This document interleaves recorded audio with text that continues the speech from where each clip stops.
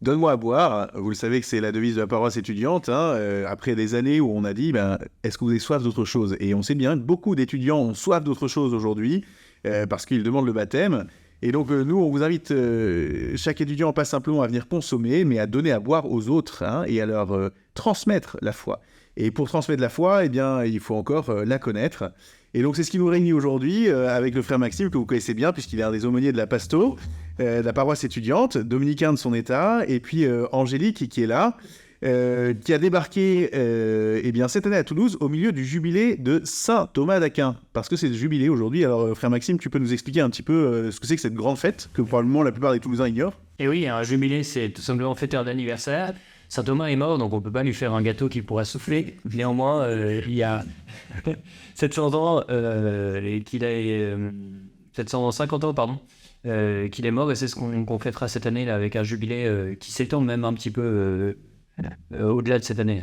Un jubilé donc pour nous rappeler ce grand homme qui est à Toulouse et qui va jusqu'à faire venir des Américains, quelque chose d'étonnante, et c'est pour ça que Angélique, petit cadeau du bon Dieu cette année, au milieu de ce jubilé, a débarqué comme un chien au milieu d'un jeu de quilles, comme on dit chez nous, et d'ailleurs, expression qu'elle comprend peut-être pas, parce que Angélique parle français depuis peu, mais elle va nous expliquer, en fait, qu'est-ce que vous faites là? Pourquoi vous avez débarqué à Toulouse, Angélique, en fait? Racontez-nous. Bon, j'étais attirée pour Saint-Thomas, et parce que j'ai fait un doctorat, et je suis une professeure à l'université.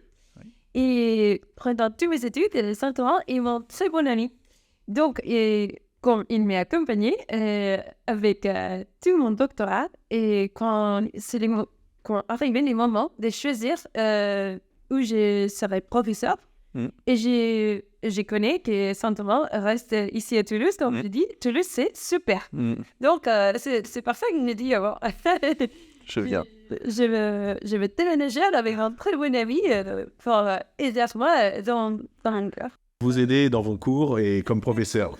Parce que vous étiez issu d'Harvard et donc vous avez choisi Toulouse alors que vous aviez certainement la possibilité dans toutes les universités du monde.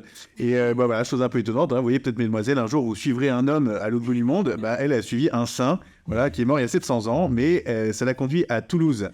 Et donc vous avez quelques beaux projets pour la paroisse étudiante, enfin en tout cas pour les jeunes universitaires et étudiants toulousains, donc c'est ça qui nous réunit aujourd'hui. Et on va en parler tout à l'heure, mais avant, on peut se demander, en fait, pourquoi Saint Thomas est à Toulouse? Ok, frère Maxime, il faut que tu nous expliques, là, parce qu'en fait, on sait que c'est un grand homme, on sait que même les Américains nous l'envient, c'est qu'il y a des gens de l'autre bout du monde qui viennent à Toulouse pour le voir, mais c'est qui? Et en fait, qu'est-ce qu'il fait là? Qu'est-ce qu'il fait là? C'est qu'il n'y a pas vécu, en fait. Donc on ne peut pas aller dire allez à Toulouse, marcher sur les traces de Saint Thomas. Il n'y a pas vécu, puis on n'a pas de traces qui lui soient passées, même. D'accord. Il est arrivé que dans ces reliques, par ces reliques, qui ont été confiés à Toulouse au moment où ils ont voulu fonder l'université, notamment, pour pouvoir confirmer l'université toulousaine. Oui. Et donc, c'est quand même tous les étudiants qui étudient aujourd'hui à Toulouse, vous êtes un peu les héritiers, justement, de cette histoire-là. Et vous devez vos études en partie à Saint Thomas, qui a permis cette fondation. Ensuite, le pape a voulu que Saint Thomas soit là, notamment pour l'église des Jacobins, qui était l'une des plus belles églises qu'on avait, et en effet, qui est un superbe reliquaire, d'une certaine manière, un bâtiment qui est là pour tout prêt pour accueillir un si grand saint, un si grand compagnon du bon Dieu, qui a si profondément cherché Dieu. C'est pour ça aussi qu'il est bien pour être accolé à une université, parce que lui-même, ça a été un professeur d'université. Un grand. C'est ça. Vous savez, il y a quelques semaines, il y avait 150 Coréens qui sont venus pour célébrer sur le tombeau de Saint Thomas. Mais en fait, il y a aussi ce soir, par exemple, un prêtre américain qui débarque de Rome pour célébrer dans quelques jours la Saint Thomas d'Aquin.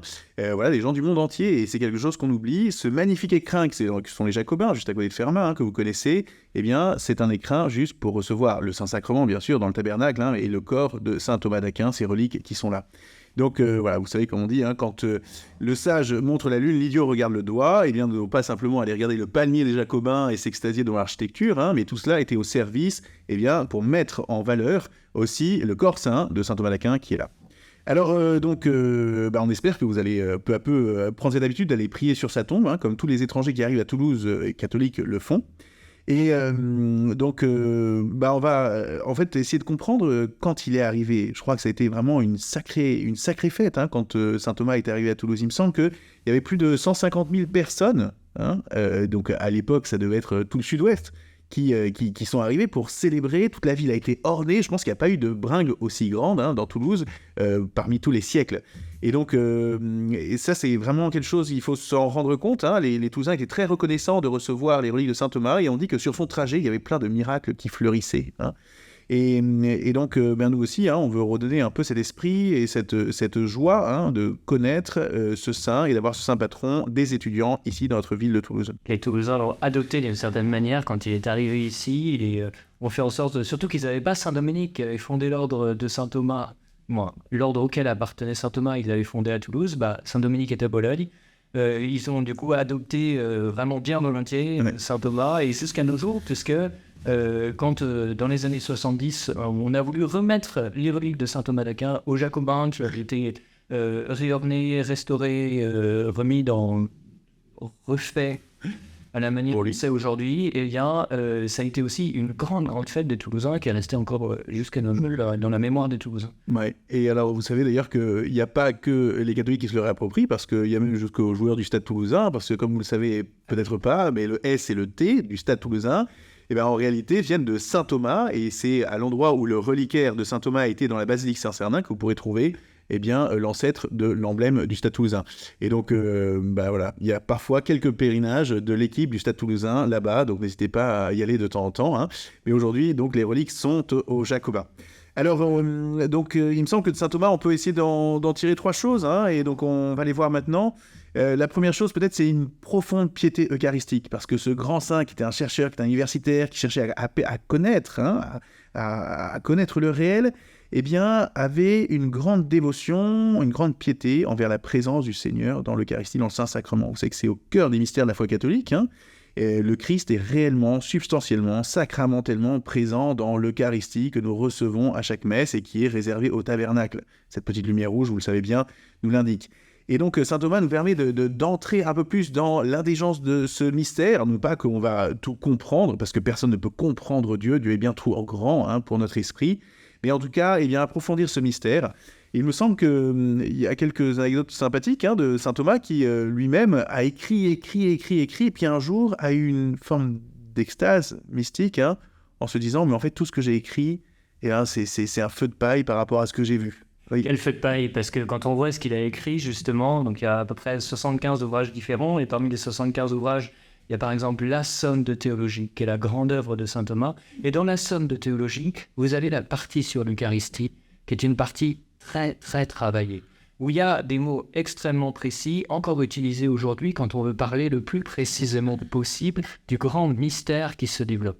Non seulement il le fait dans un écrit très scientifique, donc un peu aride, un peu austère, mais saint Thomas, si fasciné par ce mystère, l'a aussi traduit en poésie, parce qu'on lui a demandé de composer l'office du Saint-Sacrement. L'office de la fête Dieu, c'est une fête qu'on célèbre après le temps pascal, à la toute fin du temps pascal, et qui veut célébrer justement le corps et le sang du Seigneur, pour lesquels il compose des hymnes qu'on utilise encore, notamment quand on chante le Tantum ergo à chaque fin d'adoration. En fait, on chante un hymne composé par saint Thomas pour chanter les vêpres de la fête du Saint-Sacrement.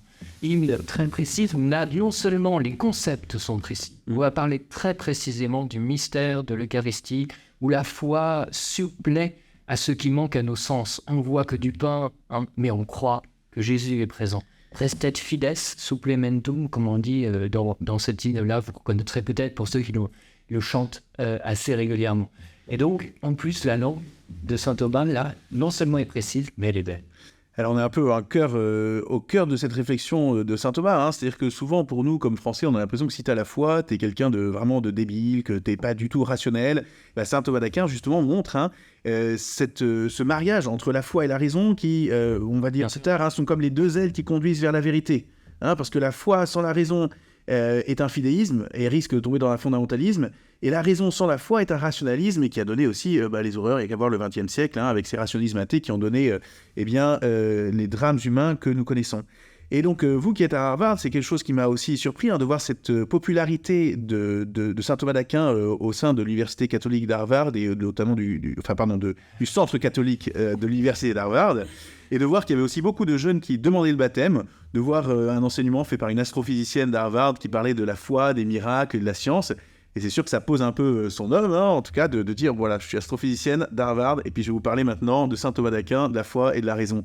Vous, c'est voilà, quelque chose que vous avez constaté aussi, Angélique, à Harvard, une connaissance et puis une dévotion pour saint Thomas d'Aquin? C'est intéressant les dévotions de saint Thomas parce que c'est un petit peu, quand nous arrivons à lieux comme Harvard, MIT, qui sont les universités qui tout plus désirent, et après les opportunités sont ouvertes dans le monde, c'est comme les tops. Et après, qu'est-ce que nous pouvons désirer en plus? Mais en fait, il y a beaucoup de personnes qui arrivent à ce lieu et désirent encore plus. Mais ils ne connaissent pas qu'est-ce qu'ils désirent. Qu'est-ce qu'ils désirent de plus? Qu'est-ce qu'ils désirent de plus?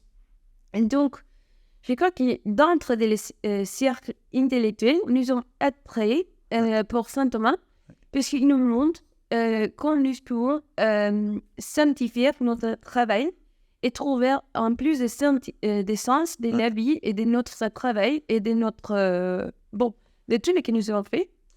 Et illuminé par la foi. Et parce que la raison... Comme des limites au bout d'un moment. Oui.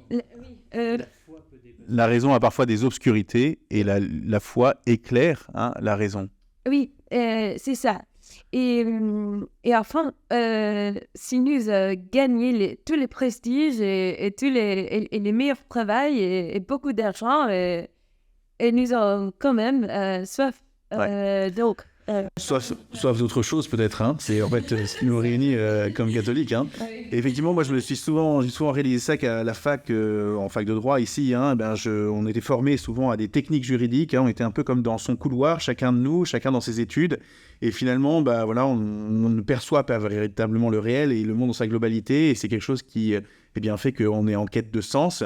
Et il me semble que saint Thomas d'Aquin, à travers sa métaphysique, hein, c'est-à-dire qu'au-delà simplement de la technique ou des choses très concrètes, nous permet d'avoir une hauteur de vue un peu plus sur le monde, sur l'histoire, sur le sens de notre vie, hein, chose que tant d'étudiants cherchent à l'heure actuelle, il me semble. Cherchent à l'heure actuelle et auquel il apporte, même encore aujourd'hui, c'est fou, après 700 ans, beaucoup de réponses, notamment parce qu'il a une vision du monde, du cosmos, de l'harmonie, telle qu'elle peut se déployer, en faisant toujours honneur à la raison jusqu'au bout.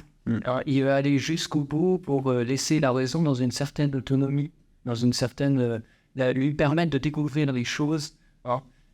La foi sert de guide, la lumière au bout du couloir, et on va utiliser quand même sa raison pour aller chercher très profondément les choses, pour expliquer, pour rendre compte.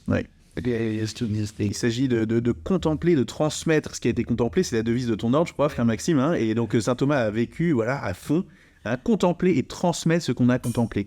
Et donc pour revenir un petit peu à notre point sur l'Eucharistie, c'est une des choses qui m'a marqué, hein, c'est que saint Thomas, si j'ai bien compris, lorsqu'il avait vraiment un problème théologique, qu'il n'arrivait pas à avancer, il se mettait la tête dans le tabernacle, hein, pour aller demander au Seigneur. Alors chers étudiants, bien sûr, hein, je ne vous permettrai pas de faire ça, je ne vous filerai pas la clé du tabernacle, mais en tout cas ça vous dit quelque chose, hein, que dans votre recherche intellectuelle, dans votre recherche personnelle, la fréquentation du Seigneur présent dans l'Eucharistie me semble un point très important. Et donc cette année, en l'honneur de saint Thomas, nous ferons une procession de la fête Dieu autour de Saint-Pierre. Ce sera un grand moment. C'est au cours du mois de mai. Et donc une belle procession eucharistique, et on espère que vous serez là. C'est donc la première proposition. La deuxième proposition, à l'occasion de cette fête de la Saint Thomas d'Aquin pour ce jubilé, c'est de saisir l'enjeu de la chasteté, parce que saint Thomas, c'était pas juste un esprit tombé dans un corps, hein, c'était une personne, hein, avec ses combats dans sa vie, pas simplement intellectuelle, mais sa vie personnelle. Et il me semble que, là encore, une petite anecdote de la vie de saint Thomas peut nous apporter quelques billes pour nous aujourd'hui, frère Maxime. Oui, c'est ça. Alors, souvent, on s'imagine un peu un saint Thomas à l'image d'un saint un peu impassible. On a vraiment une image une image de tableau, finalement. Ouais. Et en fait, on le découvre de temps en temps bouillant, parfois dans ses œuvres. Et puis, dans cette petite anecdote du début de sa vie, où sa famille s'oppose à ce qu'il entre dans l'ordre des prêcheurs, qui est tout nouveau, qui est une sorte de communauté nouvelle de l'époque. Et il préférait qu'il soit bénédictin. Et pour l'en détourner jusqu'au bout, ils l'enferment dans leur château et ils introduisent dans la chambre dame de mauvaise vie, hein, une prostituée. Une prostituée. Et là, saint Thomas la fait chauffe un petit peu. Et sentant la passion monter,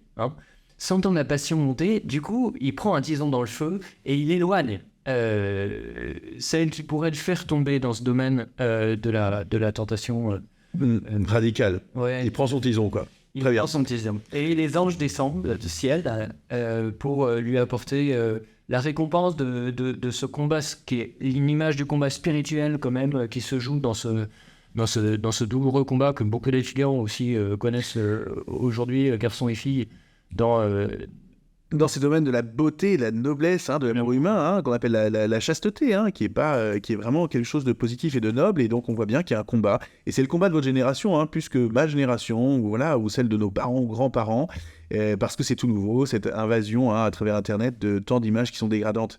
Et donc il y a ce beau combat de la sainte pureté, de la chasteté, que saint Thomas a vécu, selon la vocation qui était la sienne, de devenir religieux. Mais il me semble que chacun d'entre nous est appelé à entrer dans ce combat, et c'est pour ça que, il y a une association qui s'appelle, je crois, j'ai vu ça aux États-Unis, Angélique, qui s'appelle la milice angélique, précisément. C'est pas votre milice à vous. Alors pour nous, aujourd'hui, Français du XXIe siècle, milice, ça fait un peu bizarre, mais voilà, il s'agit bien de traduire la question de combat et de lutte et de pas être seul dans ce combat. Et donc on espère aussi qu'à travers la fréquentation de saint Thomas d'Aquin, vous pourrez rentrer dans ce combat spirituel, pour que l'amour soit sauvé, pour que nous soyons capables de nous donner de manière pure, droite, belle, noble, parce que le véritable amour, c'est de se donner. D'ailleurs, petite anecdote, une fille du MIT me racontait la semaine dernière qu'elle était allée à un groupe de réflexion autour de saint Thomas d'Aquin, et puis là, il y avait un gars qui était beau, qui était athlétique, qui était sympathique, puis elle s'est dit, celui-là, ça a l'air d'être un mec bien. Et puis, ça allait être le confinement, et donc elle avait peur de passer tout ce temps seule, et de laisser passer sa chance de rencontrer ce gars. Et donc elle a pris son skate, elle a couru derrière lui, et puis elle a dit, écoute, si tu veux me proposer une date, moi je serais pas contre. Bon, apparemment c'est un truc d'américain, les dates. Mais enfin cette fille m'a dit, en fait je voyais ce gars, il était chrétien, il était thomiste, donc il avait la même définition de l'amour que moi, c'est-à-dire un amour qui se donne. Et puis, il était sympathique, il me plaisait, donc je me suis dit, très bien, faut y aller. Et puis, donc voilà, pendant un an, ils ont été fiancés, et puis ils se sont mariés après. Donc voilà, vous voyez, étudier saint Thomas d'Aquin peut même vous conduire à votre futur mari ou votre future épouse. Angélique, vous, c'est pas votre cas, mais alors j'aimerais qu'on revienne un peu avec vous, parce que c'est le troisième point, après la piété eucharistique et la chasteté. Le troisième point, c'est l'intelligence de la foi, on en a déjà pas mal parlé aujourd'hui, qu'est-ce que vous proposez ? Vous êtes venu à Toulouse avec quelques idées derrière la tête, à travers ce que vous avez vécu aux États-Unis, probablement plus de 120 groupes dans les universités d'instituts thomistes. Alors, il me semble que c'est ça que vous voulez lancer. En quoi ça consiste ? Qu'est-ce que vous proposez aujourd'hui aux universitaires, professeurs, étudiants à Toulouse ? C'est à vous. Bon, j'avais connu saint Thomas d'Aquin en plus, intellectuellement, pour les instituts thomistes. Ouais. Donc, quand je me posais la question de venir à Toulouse, j'ai cherché sur Internet, je vais rejoindre les instituts thomistes, mais je suis surprise de ne trouver pas un chapitre des instituts thomistes à Toulouse où reste saint Thomas d'Aquin. Donc, nous commençons le projet, qui c'est pas un nouvel projet, c'est pas une nouvelle idée que j'ai créée, sinon, c'est un projet qui existe déjà. Dans le monde entier, oui. Oui, dans le monde entier et surtout en États-Unis. Et pour enseigner pour l'éducation sur saint Thomas, sur son vie et surtout sur son écrit. Sur ses écrits, oui. Oui. Et comme nous sommes à Toulouse et nous sommes étudiants universitaires, nous c'est bon pour nous de développer une bonne amitié avec cette grande sœur. Et encore plus parce que nous sommes proches physiquement. Donc, l'idée de ce projet de l'Institut thomiste, c'est de développer les proximités intellectuelles à cette grande sœur. Ouais. Et j'espère que les autres qui découvrent Saint Thomas pour ce projet et développer aussi une amitié avec lui. Ouais.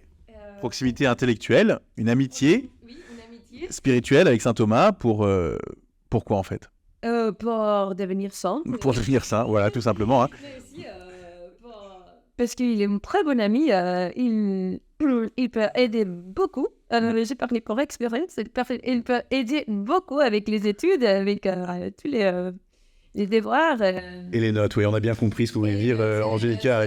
C'est qu'en gros, chers étudiants, si vous voulez des bonnes notes, il suffit pas d'y aller au talent et de prier Saint-Joseph de Compertino, qui est le saint patron des examens, mais aussi de bosser, de chercher à découvrir le réel. Et donc, saint Thomas d'Aquin sera certainement un grand ami pour vous. Et donc, Angélique, avec le frère Guilain-Marie Granger, qui est dominicain, et avec d'autres étudiants et universitaires, eh bien, vont lancer peu à peu ces conférences, une fois tous les 2 mois, c'est ça, Angélique ? Chaque 2 mois, au couvent des Jacobins. Au couvent des Jacobins, oui. Dans un lieu exceptionnel, donc un grand moment intellectuel et qui vous permettra de découvrir un peu mieux celui qu'on appelle l'Aquinate, celui qui est le docteur commun, celui qui, je pense, peut nous aider à chercher, aimer la vérité et pouvoir transmettre ce qu'on aura contemplé. Alors voilà, ces 3 propositions pour vous, pour bien honorer saint Thomas d'Aquin en cette fête et en ce jubilé. Développer votre piété eucharistique, la parole de Dieu vous y aidera. Essayer de grandir, de désirer la chasteté et de lutter dans ce combat pour la chasteté. Et là aussi, la parole étudiante, nous espérons, pourra vous y aider. Et troisièmement, rejoindre les rencontres thomistes que Angélique, avec d'autres amis, monte cette année en lien avec les frères dominicains. Merci pour cette petite rencontre. Et puis qu'on appellera peut-être d'autres, des podcasts plus tard dans le cadre de l'Institut thomiste, on l'espère. On les attend. Voilà. Donnez-nous à boire.